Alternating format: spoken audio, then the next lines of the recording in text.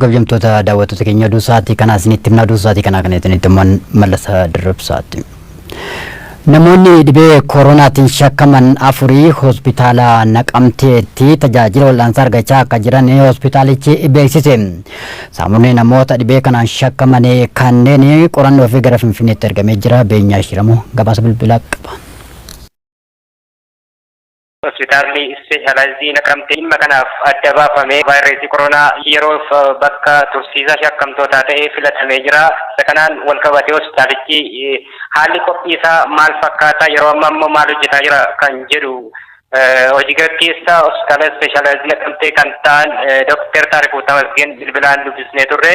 Dhimmichi ergi akka lixa Itoophiyaatti hospitaalli isaanii dhimma kanaaf filatamee eegalee dhaabbilee adda addaa wajjin sochii taasisaa turaniin hanga barbaadamu ta'uu baatus qophii taasisanii yeroo ammaa kana dhimmichaaf xiyyeeffannoo kennanii hojjetaa akka jiranidha. Tola ooltota adda addaa illee qindeessanii akkasumas dhaabbilee fayyaa mootummaaf miti mootummaa waliin ta'uudhaan dhimmichaaf yeroo ammaa hawaasaaf hubannoo kennaa akka jiranii fi kanneen shakkamanii gara isaanii dhufan yoo jiraatan illee bakka turtii bakka lama adda baasanii yeroo ammaa qophii taasisuu irratti kan argaman ta'uu nuuf ibsanii jiru. Yeroo ammaa akka hospitaala isaaniitti namni 4 dhimma kanaan shakkamee bakka qophaa'e sanatti adda baafamee saampilii yookaan saamuudii qorannoo isaanii fuudhamee gara Finfinneetti ergamaa akka jirudha. Namoonni kunis namni 2 kallattiidhumaan gara Dubaay irraa gara Wallagga lixaa kan dhufanidha. Namoonni 2 immoo namoota kanaan wal tuttuqaa yookaan immoo namoota biyya alaarraa dhufaniin wal tuttuqaa kan qabanidha. Namni tokko garuu nama kanaan dura biyya Ameerikaadhaa dhufee waliin walitti dhufeenya kan qabu yommuu ta'u, yeroo booda garuu mallattoon kun akka isarratti argame hospitaalichatti yeroo gabaasu dhimma kanaan shakkamee hospitaala isaanii akka tursiisuu akka taasisedha. Namni tokko immoo jiraatu magaalaa Naqamtee kan ta'ee fi nama walitti dhufeenya biyya Ameerikaarraa dhufee wajjin akka jirurraa kan taate shakkamtee dhimmi ishee hanga qo'atamutti yeroodhaaf bakka tursiisaa akka tursiifamte fi namni 2 immoo Dubaay irraa kan dhufan yommuu ta'u, ishee tokko irratti mallattoon kun akka mul'ate yeroo gabaastu namni sun ishee duukaa jiru immoo dhimma kanaan tuttuqaa waan qabuuf yeroodhaaf akka tursiifamanii ta'uu nuuf ibsanii jiru. Walumaa gala garuu akka hospitaala isaaniitti hanqinni meeshaalee, hanqinni loojistikii, rakkoon kominikeeshinii illee jiraachuu nuu kaasanii jiru. Kun immoo furmaata argate yoo ta'e sodaa akka qaban nuuf kaasanii jiru. Dabalataanis shakkamtoonni yoo baay'atan illee dhimma hospitaalichi tajaajila biraaf oolchuu nafee dhimma kanaaf akka oolu gara fuulduraatti karoora akka qabanis nuu kaasaniiru. Kanarraan kan hafe isaanis yeroo ammaa akka hawaasni dhibeen kun hospitaalichatti mul'ate jedhee burjaaja'uu, wal bakachuu akkasumas immoo sodaan jirre keessa galuurra hawaasni dhuguma dhibeen kun akka mul'ateef hin mul'anne bilbilee ogeessa fayyaallee hubachuu fi sodaa sana keessaa bahee haaluma gorsa ogeessa fayyaatiin of eeggachuu akka qabu walumaa galaan nu kaasanii jiru. Barattoonni godinaalee lixa Oromiyaa garaagaraa yuunivarsiitiiwwan biyyattii adda addaatti bahanii konkolaataan magaalaa Naqamtee nu gahee sana booddee tajaajila geejjibaa dhabnee rakkoo hammaataa keessa jiranii jiru. Maallaqa of harkaa hin qabnu, maatii quunnamnee maallaqa akka hin argisiifneef ammoo tajaajilli bilbilaa naannawa maatii keenya hin jiru jedhan barattoonni kunneen. Ministeerri barnoota olaanaa fi saayinsii konkolaataan yuunivarsiitiiwwan mijeessanii hanga godinaalee isaaniitti barattoota geessa jedhee ture. Taganyee Daaqaa dabalata qaba. Barattoonni dhaabbilee olaanoo irraa sababa dhibee koronaa vaayirasiitiin gara maatii isaaniitti galaa jiran magaalaa Naqamteetti sababa tajaajila geejjibaa gahaa dhabnee fi baasiin barbaachifneef saaxilamaa jirra jechuun komatu. Akka yuunivarsiitii Wallaggaatti konkolaataa ganama kaanee gaafanneen mattaawaqaa kan godina biraa yoo qabaattan fakkeenyaaf akka aanaa Kiiramuutti nuti Wallaggaatti kan geessinu hin qabnu, akka aanaa Giddaatti kan geessinu hin qabnu nuuf jedhan. Immoo mattaawaqaa achi gatii hin qabneef asitti hafnee kun konkolaataa dhabnee rakkachaa gara maatii keessaniitti galaa jedhaniitu tajaajila sarvisii Amboorraatii hanga Naqamtee akkasuma immoo Amboorraa gara Finfinnee jedhanii nu geggeessan. Erga dhufnee sarviziin yuunivarsiitiidhaan nu fide as Mannaaraatti fidee nu buuse mana sireedha kan bulaa jirru, kan firoota bira faffacaanee jirra. Asirraatti gara Dambidollootti, asirraa gara Haroo Giddaa, Kiramuu kallattii garaagaraatti barattoonni faffacaan hundi keenya akkuma naannoorraa argamaa jiru barattoota yuunivarsiitiidhaan as keessa rakkachaa jiru. Dhufnee tajaajila hawaasaa as keessaa konkolaataa tokko iyyuu hin argan. Mana sireedha bulaa irraa achi baanee dhufnee homaa gara maatii keenyaa qaqqabuu hin dandeenye jechuudha. Erga as keessa bulu keenya guyyaa sadaffaadhaan. Haalli buufata konkolaataa Naqamtee baay'ee rakkisaadha. Haala dhukkuba kanaan duukaan illee wal qabatee kan baay'ee rakkisaa ta'edha. Namni ol keessa rakkatee amma kun akka itti garatti deemu wallaalee mana barumsaa barattoota garaagaraa irraa fidee as gidduu gashee mannaara keessatti makiina yaabbatanii galan dhabanii baay'ee kan rakkachaa jiran. Godinaalee adda addaa aanaa adda addaa mana barumsaa adda addaa dhufne as keessa jira. As keessatti daraarama guddaa keessa jira. Barattoonni dhukkuba kanaaf saaxilamuu irra darbee birriitti miidhamaa jira. Deebinee haala rakkina guddaa keessadha kan jiru. Konkolaataan argannu qaamni dabareedhaan hojii kan hojjetus immoo barattoota uummata keenya keessummeessaadha kan inni hin jirredha. Amma makiinaan asitti isaaniin gatee karaatti darbuun hin turre. Makiinaatti darbuun hin turre. Mootummaan akka jedhanitti qe'ee isaaniitti akka isaan galanii fi achi gadhiise. Har'a immoo fidee addaatti naqee gisee ijoolleen beelaan daramtu. Walitti baay'atanii mootummaan akka mootummaan qajeelcha kennatti oma sobaniis goomsuun addaa taasisuun barbaachisu. Inni kaan birriidhaan qabu kisii inni kaan walii isaa irraa liqeeffateetu baankiidhaati walii baafatee maatii nam wallaggaa lixaama maal qaba? Silkiin karaa isaa jira. Birriin karaa isaa baankiin karaa isaa dhimma komii tajaajila geejjibaan wal qabatee barattoonni kaasan kana ilaalchisee abbaa deemsa hojii dhiyeessii tajaajila geejjibaa bulchiinsa magaalaa Naqamtee kan ta'an obbo Tamasgin Mangistuu gaafanneef akkas jechuun deebisu. Ka'umsiisa barattoota yuunivarsiitiidhaa ba'anii iddoo gara biraadhaa dhufanii magaalaa kanatti kan asitti kuufamanidha jechuudha. Konkolaataan achi fidee dhufee sila dabarsee iddoo naannoo isaaniitti yookaan godina isaanii gashuutu qabu magaalaa keenyatti fidanii asitti buusanii kuufamni kanaan baay'ate jechuudha. Kana immoo qindeessuudhaaf immoo haalli magaalaa keenyaa immoo konkolaataan dhiyeessiin xiqqaadha. Muraasa kan qabnuun immoo Wallaggaa Yuunivarsiitii filaannee ijoollee Wallaggaa Yuunivarsiitii jiran immoo fuunee baasisaa jirra. Kan naannoo garbaraadhaa dhufedha Yuunivarsiitii garbaraarraa warra dhufeeta asitti kuufamatu baay'atee jira jechuudha. Kanaaf hanqinni dhiyeessii kanaan dhufuu danda'eera. Egaa akkuma isin agartan kanatti haala yeroo kana wajjin yeroo ilaallu dhukkuba kanaaf immoo baay'ee saaxilamaa jirra. Hundumtuu wal duukaa jira walirraa fagaachuun hin jiru hundumtuu wal duukaa jira dhukkuba kana irratti saaxilamaa kan jirudha. Egaa amma haalli mijataa kan mijeessuuf kan deemaa jirru to'attoota keenyaa fi tiraafiik poolisii magaalaa wajjin waliin qindoofnee konkolaattota hedduu awutoobusota qaxxaamura biyyaa Finfinneedhaa halkan dhufan kana qabnee buufata keessa gashineerra isaaniin hiriirsinee baasnee ijoollee kuufamaas jiru kaasuudhaaf amma kan qophaa'aa jirru. Jiraattonni magaalaa Gimbii rakkoon bishaanii hammaataan magaalicha jiru tamsa'ina dhibee koronaa fi nu sodaachisee jirani. Jiraattonni magaalattii OMN fi yaada isaanii kennanii harka yeroo dhiqadhaa jedhama. Harka dhiqachuuf immoo bishaanii argachuun ulfaata ta'ee jiranii jiru. Taganya Daaqaa gabaasa bilbilaa qaba. Jiraattonni magaalaa Gimbii dhiyeessiin bishaan dhugaatii magaalicha gahaa waan hin taaneef dhibee koronaa wal qabatee rakkoof nu saaxiluu waan maluu fi mootummaan xiyyeeffannoon hojjechuu akka qabu gaafatanii. Keenyaaf amma ganda duwwaa 3 duwwaa 4 kana keessumaa kooraa madiinii kanarra warri jiranii bishaan utuu argatanii yeroo isaan 14 fa'aa bulantu jira.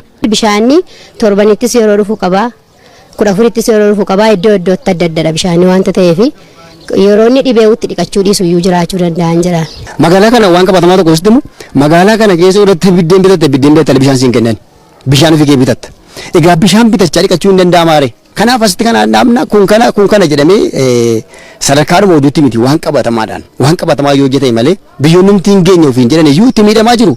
Awurooppaa caalmaan qabnu qabeenya Chaayinaa caalmaan qabnu qabeenya Ameerikaa caalmaan qabnu ofirraa ittisuudhaaf nuun haalli jireenya keenyaa dhibee kana babal'isuudhaaf of kennataadha. Sodaa jiraattonni magaalaa Gimbii ciccituu bishaan dhugaatii magaalichaan wal qabatee kaasan kana qabannee gara dhaabbata tajaajila bishaan dhugaatii fi dhangala'aa magaalaa Gimbii deemne. Itti gabatamaan waajjiraa hin jiranii jechuun nama yaada nuuf kennuu dhabne ogeessonni waajjirichaas yaada nuuf kennuu irraa of qusatanii jiru. Godina Wallaggaa Bahaa Nunnuu Qumbaatti jiraattonni magaalaa Nunnuu rakkoo bishaanii hammaataa keessa jirani. Jiraattonni OMN fi yaada isaanii kennanii sababa kanaatiin tamsa'ina dhibee koronaa to'achuuf illee haala yaaddeessaa keessa jedhanii jiru. Bulchiinsa aanichaa gama isaatiin rakkoo bishaanii kun humna kootii olii jedhee jira. Gabaasa waajjira dhimmoota koomiyuunikeeshinii aanichaa Beenyaa Shiramuutu dhiyeessa. Godina Wallagga aanaa Nunnuu Qumbaatti jiraattonni magaalaa Nunnuu sababa hanqina bishaan dhugaatii qulqulluun rakkoo hammaataaf saaxilamaa jirra jechuun komatu. Jiraattonni kunneen akka jedhanitti tajaajilli dhiyeessii bishaan dhugaatii qulqulluu magaalichatti kennamu gahaa fi qulqulluu ta'uu dhabuu irraan kan ka'e rakkoowwan fayyaa hawaasaaf saaxilamaa jiraachuu fi keessumattuu immoo tamsa'ina dhibee vaayirasii koronaa yeroo ammaa mul'achaa jiru ofirraa ittisuufis hanqinni bishaanii yaaddoo nutti ta'eera jedhu. Nama baanii amma yoo akka jira warafaa isaan argannu hawaasni keenya baay'ee asitti rakkataa jira. Haadholiin ijoollee isaanii asitti gatanii as dhaabachaa jiru. Baay'ee rakkina bishaanii qaba. Bishaan nuti argannu yoo akkuma ilaalaa jirtan raalee keessaa horiif namni iddoo tokko fayyadamaa jechuudha. Dhukkubni daddarbaan sa'aatii kanatti ka'ee jirullee vaayirasiin adda addaa kan qabuuf aanaan keenya baay'ee carraa bal'aadha. Firii 35 kafallee kan waraabataa jiru. Osoo biraallee ismaanuu osoo nu haabuu jennu amma immoo inni nu isaanuu hin dhabnu. Rakkoon keenya rakkoo cimaadha.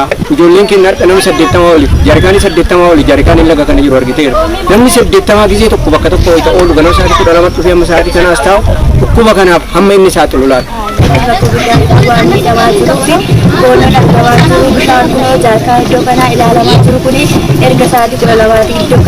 Kantiibaan bulchiinsa magaalaa Nunnuu obbo Alamaayyoo Federsaa sadarkaa magaalichaatti komii gama hanqina bishaan dhugaatiin hawaasni magaalichaa qabu kana furuuf yaalii barbaachisu taasisaa turanis rakkoo uummatichaaf furmaata haaraa kennuun hin danda'amne jedhu. Bulchiinsa magaalaa waan carraaqeera.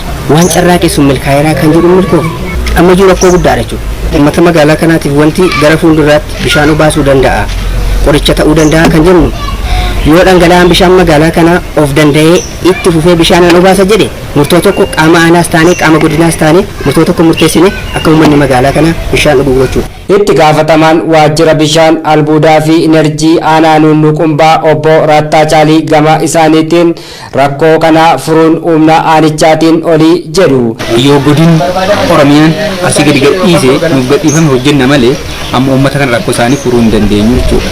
Furmaanni jiru hawaasni kun rakkoo battalaa yookiin dhukkuba daddarbaasii akkana dhufee furmaata ta'uudhaa fi bulchiinsa magaalaa aanaa waajjira bishaanii taanee yoo walitti finnee hawaasa kana mari'annee waan ta'uu qabu kallattii meeqa irratti handi paantiin kun dhaabatee hawaasni kun tajaajilamuu qabu yoo jedhame wanta deemni malee harka keenya keessa wanti jiru tokko iyyuu hin jiru jechuudha.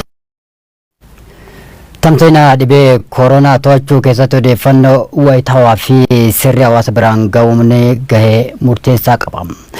Biyyootnis kanuma hubachuudhaan hanga taarifa intarneetii isaanii xiqqeessutu gaanee jiru.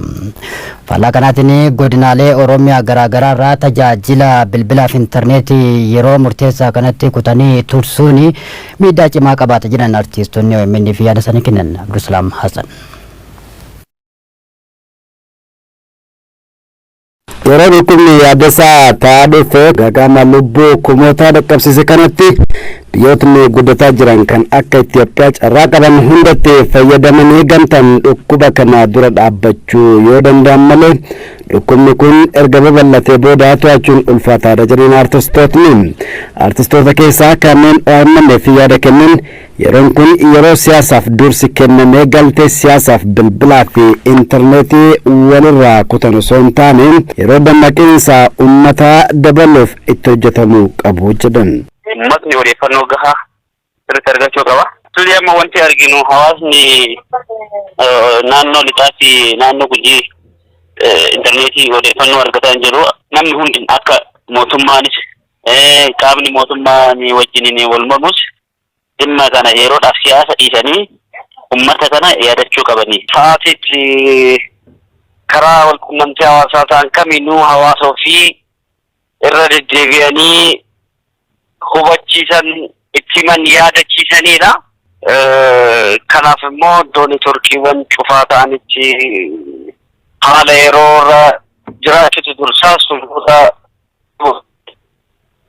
uffate keenya baraarree isa dhufutti immoo adeemsan itti deemuu hin danda'ama. Kanaaf waan dursuu qaba yaada jedhuun qaba. Dinagdeedhaan of hin dandeenye kana keessatti odeeffannoo dhabuun ammoo rakkoo guddaa qabsiisaa namootni baay'een dhibee kanaan hubamuu fi lubbuun isaanii darbuu danda'a. Kanaafuu odeeffannoon gahaan haggama hundaanuu kennamuu qaba. dhibeen kun humna namaatii ol ta'ee jira. Yeroo kana biyyootni G7 iyyuu control gochuu hin dandeenye.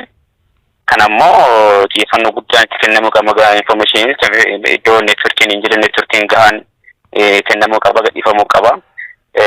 Dhimma kamiyyuu lafa geenyee yeroo lubbuu uummataa baraaruu fi dhibee kana addunyaa wajjin taanee qolachuu qabnudha yeroon kun. Yeroo biyyootni hedduun yeroo dhukkuba kanaa hordofuun odeeffannoo wayitaa uummatni isaanii akka argatuuf taarifa intarneetii hir'isaa jiran kanatti godinoota lixa Oromiyaa fi kibba bahaa keessatti tajaajilli intarneetii fi bilbilaa cituun hammeenya dhukkuba kanaa madaala sirriin ilaaluu dadhabuudhaa jiran artistootni kunniin wal morkii mootummaa fi humnoota hidhatan jidduutti deemaa jiruun uummatni nagaa jidduutti adabamaa jira kan jiran artistootni kunniin qaamni kamiyyuu ajandaa siyaasa lafa kaa'uun lubbuu waraabuuf hojjechuu qabaa jedhan. Osoo danda'ameetiif sadarkaa haala salphaatiin uummata bira ga'uu danda'u neetworkiin karaa kana diriirsuu qaba mootummaan. Fakkeenya biyyoota akka Keeniyaatti wanti kun godhamee jira. Humna biyya kun neetworkii intarneetii kan dura qabu hir'isuu osoo hin taane haga danda'ameen sadarkaa isaa iizilii godhanii akka nama bira ga'u gochuun hin dirqama kun hinumaanitti namummaadha. Kana godhamuutu qaba. Wanti addunyaa yaaddesse caala wanti naannoo yaaddessu hin jiraatu. Waan addunyaa yaaddesse kanas qofa hubannoo yookiin xiyyeeffannoo kennuu qaba. Kana booddatti adeemsa siistamiiwwan biraatiin hordofuu ni danda'a. Adeemsa siyaasa miidhaan fide jedhamee yaadame. Neetworkiin barbaachisa. Dirqama neetworkiin banamuu qaba. Neetworkiin nama waan mootummaa turetti xiyyeeffate nama mootummaa mormus dhimma siyaasaa akkasuma hunduu keenya yoo lafa keenne dhimma lubbuu namaa baraaruu irratti xiyyeeffachuu qabna jedha. Kun garuu nageenya hawaasaa lubbuu baraaruudhaan wal qabata. Kanaaf dursa kennuu qabaa. Dhaabbileen keenya lachuu immoo akkuma kana dura walaleessee daleessee jedhee lammiin koo dirree tapha siyaasaa ta'uu hin qabu. Yaada jedhudha gariin qabu. Yeroo hammaataa dhukkubni koronaa vaayirus addunyaa raasaa jiru kana keessatti sararri bilbilaa fi intarneetii godinaalee Oromiyaa garaagaraa keessatti cufamuun dhaabbilee mirga namoomaa aktiivistootaa fi miidiyaalee garaagaraa irraan qeeqa cimaa hordofsiisaa jira. Xaaliyaaniin dhibee koronaatiin sa'aatii 24 guyyaa jimaataatti lammiilee ishee 919 dhabuu beeksifte. Lakkoofsi namoota dhibee kanaan du'anii addunyaa irratti dabalaa jira. Lalisaa Indiriis gabaasa baddeen garaagaraa qindeesseera. Baatiin bitootessa bara 2020 biyyoota addunyaarra jiran maraaf baatii qilleensa naasuun dachee golge ta'uun haala rifachiisaaf lubbuu nama keessatti raasu ta'ee biyyoota dinagdeen of ijaaranitti illee sodaa guddaa kan uumedha. Ji'oota muraasaan duratti ka'umsa jalqabbii weerara isaa biyya Chaayinaa kan taasifate dhibeen vaayirasii koronaa yeroo ammaa kanatti golee dachee arfanuu to'atee of eeggannaan dhala namaa akka jabaatu aadaan waliin jireenya hawaasaa akka jijjiiramuuf dhiibbaa taasisaa jira. Dabalataan illee lubbuu namoota hedduu galaafachuudhaan biyyoota hedduu yaaddoo keessatti galcheera. Hayyoonnii fi ogeessonni fayyaas wal harkaa fuudhanii waan furmaata ta'uu malu barbaaduutti bobba'aniiti jiru. Jimaata darbe vaayirasiin kun akka addunyaatti turtii isaa 12 caalle gidduutti qorannoo laaboraatooriidhaan geggeeffameen namoota 33,481 keessatti argamee jira. Walumaa galatti hanga ammaatti namoonni walakkaa miiliyoonaa ta'an vaayirasii kanaan qabamuu isaanii ragaaleen dhaabbata fayyaa addunyaa mul'isaniiru. Vaayirasii kanaan lakkoofsi namoota lubbuun isaanii darbe ammoo 26,350 caalee jira. Xaaliyaaniin guyyaa guyyaan namoota dhibbootaan lakkaa'aman dhibee kanaan dhabaa jiraattus ammas kan duraa caalmaatti sa'aatii 24 guyyaa jimaataa keessatti namoota 900 caalaa dhibee kanaan dhabdee jirti. Sababa vaayirasii koronaa yookaan COVID-19 jedhamu kanaatiin hanga ammaatti namoonni lubbuun isaanii darbee guyyaa guyyaatiin dabalaa kan jirudha. Keessattuu biyyoota akka Xaaliyaan, Ameerikaa, Ispeenii fi Jarmanitti saffisni tatamsa'ina vaayirasii koronaa akka malee jabaa ta'utu ibsame. Biyya dinagdeedhaan of ijaarte jedhamuun beekamtu Ameerikaa keessatti baay'inni namoota dhibee kanaan saaxilamanii 92,932 irra qaqqabee jira. Biyya Biriiteeniyaatti ammoo aangaa'ota olaanoo dabalachuudhaan namoonni garee hawaasaa garaagaraa keessaa koronaadhaan qabamanii jiru. Ministeera muummee biyyattii Booris Joonsoniif ministeera fayyaa Maat Hankuukii dhibee kanaan qabamuun isaanii dhaga'ameera. Dhibeen kun gama Afrikaattis erga ce'ee kan bubbule ta'us suuta suuta baay'inni saaxilamtoota dhibichaa dabalaa jiraachuun isaa yaaddoo guddaa uumeera. Hanga ammaatti biyyoota ardii Afrikaa keessaa baay'ina namoota dhibee kanaan qabamaniitiin Afrikaa kibbaa namoota 1,000 ol vaayirasichaan qabamuu himuu isheetiin dursaa kan jirtudha. Biyyoonni addunyaa kanaa hedduunis dhibee kana ittisuudhaaf labsii atattamaa kan namni akka manaa gadi hin baane dhorku labsanii jiru. Hindi, Raashiyaa fi Biriiteeniyaan labsii kanaan fakkeenyummaa qabataniirus jedhama. Maddi oduu BBC News, Daily Mail, Washington Post. Oduuwwan birootti dabarra. Hoogganaa biiroo bulchiinsaaf itti fayyadamaa lafaa Oromiyaa ta'uun hojjechaa kan turan Dr. Milkeessaa Miidhagaan gorraa kaafamuun dhagahame.